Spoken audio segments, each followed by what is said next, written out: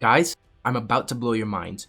I have some insider leaks from what I'm guessing is an interview of some kind, coming straight from someone who watched at least the pilot of the Falcon and Winter Soldier show, and worked on the Disney Plus Super Bowl commercial, picking what they would and wouldn't include. It's also been confirmed that two 30-second trailers are going to drop as part of a Disney event on March 5th. While I don't know if it'll be for the public or insiders only, it still goes along perfectly with these leaks. So let me reiterate that if you don't want to hear the leaks or possible spoilers for the Falcon and Winter Soldier show, you probably shouldn't watch this video. And also, just in case, take this with a grain of salt. Anyways, let's hop right into it. The series opens right after Endgame, but there's no Evans cameo. The series opens with Bucky sitting on the lakeside bench alone. Sam approaches and asks Bucky what he's doing there, and mentions thinking that Bucky was leaving with Steve and his family. Bucky says he thought he was too. Sam offers Bucky a ride, and Bucky asks if he's sure about that, given that the two of them don't have a good track record with cars. He gets in anyway, and they drive for a while down a quiet country road, radio blasting. At one point, Sam pulls over and asks Bucky where they're going. Bucky answers, the future. Cue the first Avenger music, which is cut off by Sam asking, okay, but do you have a place to stay, dude? Bucky says he doesn't know, and Sam says he has an idea. Cut to them pulling up to the house seen in the trailer. It's Sam's family's house, and they haven't seen him since the Accords. They ask where he's been, and him and Bucky look at each other and answer in unison, that's a long story. Cue title card. These are the definite first few minutes of the series, and from here I saw a few scenes that hadn't been edited into the episode yet. Here are some of those. I saw more of the Sam and Ross scene. Turns out Sam is given an offer to be pardoned for his Accords violations and allowed to keep the shield and mantle, if he undergoes the serum procedure. Sam is reluctant and says he needs time to think. Bucky, immediately wary of this agreement, encourages Sam to refuse, saying the shield isn't worth outliving the people you love. This leads into Isaiah Bradley, the real first black Captain America's introduction. He calls Sam on a burner phone and they meet. Isaiah shows Sam photos of the serum experiments conducted following Steve's quote-unquote death, many of which killed the test subjects, leaving him as the only survivor. Bucky at one point has a flashback to his childhood and meeting Steve. It's edited into a sequence of Bucky having nightmares, and there's a specific moment in which the two make a pact to be best friends till the end of the line, the origin of their vow. Some pretty heart-wrenching stuff. Following Isaiah and Sam's meeting, Sam declines the serum and turns in the shield, which is given to the US agent. John Walker genuinely wants to do a good job, but doesn't realize he's part of a much bigger plan. As he undergoes a serum procedure, it's revealed the serum allows the recipient's mind to be controlled.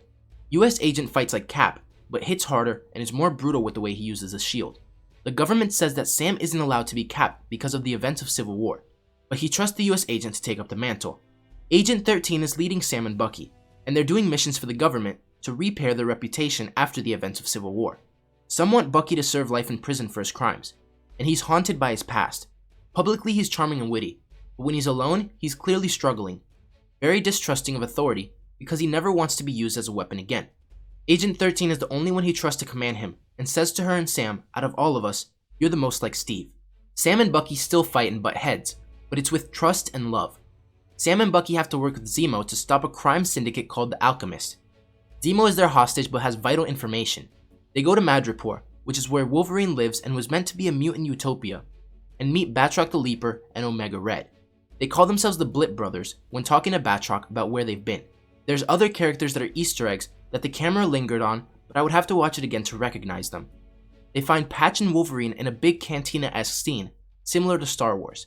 Overall, the show has the same look and vibes as Captain America the Winter Soldier and Mission Impossible. There's a hint of romance between Agent 13 and Bucky, but it's not fully realized due to Emily Van Camp's lack of significant screen time, unfortunately due to scheduling conflict. They flirt and Sam teases Bucky for it. Bucky says that Cap dating her happened 70 years ago at this point. Now this is the only problem that I actually have with the whole leak, because as far as I know, Cap didn't date Sharon Carter, and he went back to the past and married Peggy and lived out his life with her. And even if they did date for a little while, it wasn't 70 years ago, it would have been right after Civil War. Now back to the leaks. William Hurt is in the show, and does reference the Black Widow film and becoming Red Hulk, which is teased in Black Widow. Yelena and Taskmaster join his team along with Zemo, and Bucky is once again brainwashed, as the final trigger word was not deactivated in Wakanda, but the rest absolutely were. Many of you were pretty upset by the prospect of Shuri's work being retconned, and I'm here to clarify it absolutely won't be. The final trigger is Sputnik, and as many of you guessed, it was never used. It was a worst case failsafe. For this reason, Bucky never remembered the code, nor was it in the code word book. Naturally, Shuri didn't get rid of something she didn't know was there. These characters, along with John Walker and a few others like Jolt and Songbird, all create the first inkling of the Thunderbolts, to hunt down the non-registered heroes and heroes perceived to be criminals like Spider-Man. And yes, this will turn into Norman Osborn as the anti-Tony Stark, leading the Dark Avengers to face the new Avengers. Zemo also escapes from them in a speedboat to end the episode and set up Zemo leading the Masters of Evil as the Earth-based villains for the Earth-based heroes, which will tie into the Thunderbolts. This will lead into the Dark Avengers and Cabal, led by Doctor Doom and featuring Osborn, the White Queen Emma Frost and the Hellfire Club, and Namor. Also, Loki and a female Loki will team up with all these villains as they lead a siege on New Asgard in an act of vengeance adaptation after Loki and Thor 4. Kid Loki, meanwhile, is on the Young Avengers as they team up with Iron Lad to stop Kang the Conqueror, who does get set up in Loki too. Then the interviewer starts asking them some questions. Do you know who plays Isaiah? Carl Lumbly. Is there some hint to Eli in the Isaiah scene, like a family picture in the background? I need my angry super soldier in the MCU. You'll get more than a family picture. So Steve has a family with Peggy and super soldier kids? Their kids aren't superpowered, but yes, one of the kids will be in the series, but I don't know much about his role. His name is James. If you saw it, what did you think of it? Is it movie quality, and also is it a good show? Honestly, I like what I saw better than Endgame. If you're indeed legit, you got any more information on other movies and shows? Anything Spider-Man related in particular?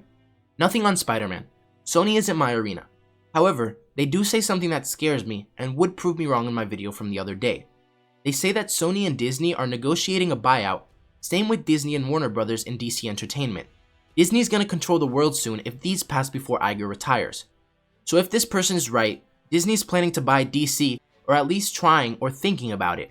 And this was kinda almost confirmed yesterday when Bob Iger stepped down as CEO of Disney, and now rumors are saying that he wants to buy Sony and DC before he retires next year. The insider then goes on to say, I've posted some WandaVision stuff, and I'll probably post about Loki and Hawkeye when more happens with it. Any new info on WandaVision you can provide us? Nope, but I will in a few days if things go according to schedule. I'm expecting to see about the same amount. You mean a version of the pilot?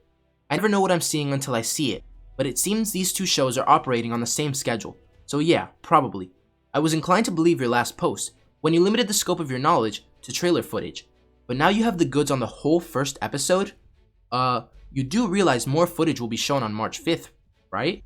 And this is all I have for you guys. Please let me know what you think about this and if you're excited for the Falcon and Winter Soldier show.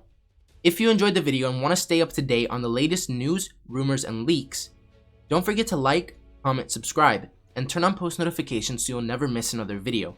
Thanks for watching, and remember that with great power comes great responsibility.